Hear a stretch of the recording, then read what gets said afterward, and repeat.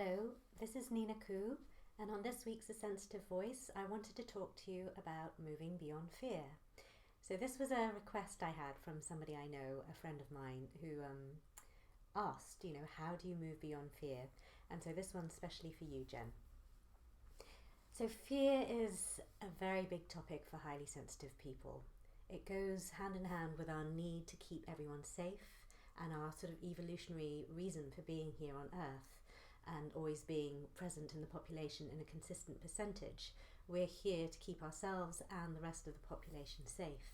So hence our natural tendencies to pause before we jump in. And so we do tend to find that a lot of our actions might be governed from fear, because it's a fear that we're not safe, so we need to be safe. And so living from a place of fear is not actually a very healthy way of living. I've recently been doing some study with Dr. Laura Markham, who's a psychologist who helps with parenting. And she writes beautifully, and she says in her book that every action and every choice we make in life comes either from a place of fear or a place of love.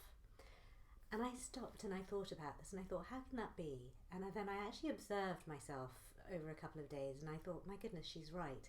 So all my choices are, is it from a place of negativity where I'm actually worried that something might happen, and that's why I'm doing it? Or is it because I'm being compelled by a really positive force, love, to do this?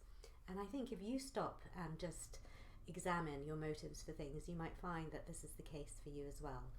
And so I choose to live my life from a place of love instead of fear. So how do we do this? How do we feel the fear and do it anyway, and all these things that people tell us we should do? So my theory is that you first need to start with a big why. Why are you doing something? If you're in business for yourself, why are you in business? What is your big vision? What is your passion? And you need to have a really big why and feel passionate about it and really believe in it to steamroller all the negativity and all the fears along the way, because doing things can be scary. Living life can be scary at times, and we need to have a very compelling reason to be doing things for it to be positive.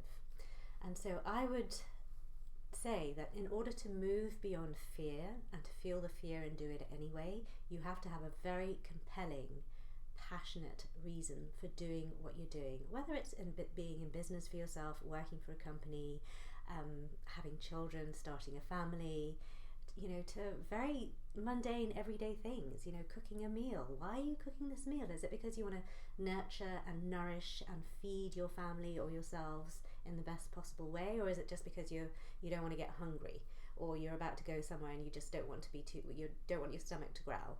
It's just simple things like that. You can always shift the way you're thinking into a more positive way.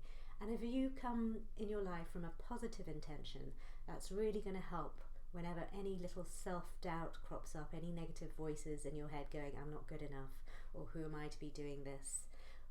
Just shift from a place of fear into one of love, and just be conscious for the next couple of days and see whether you're doing something from a place of fear or from a place of love.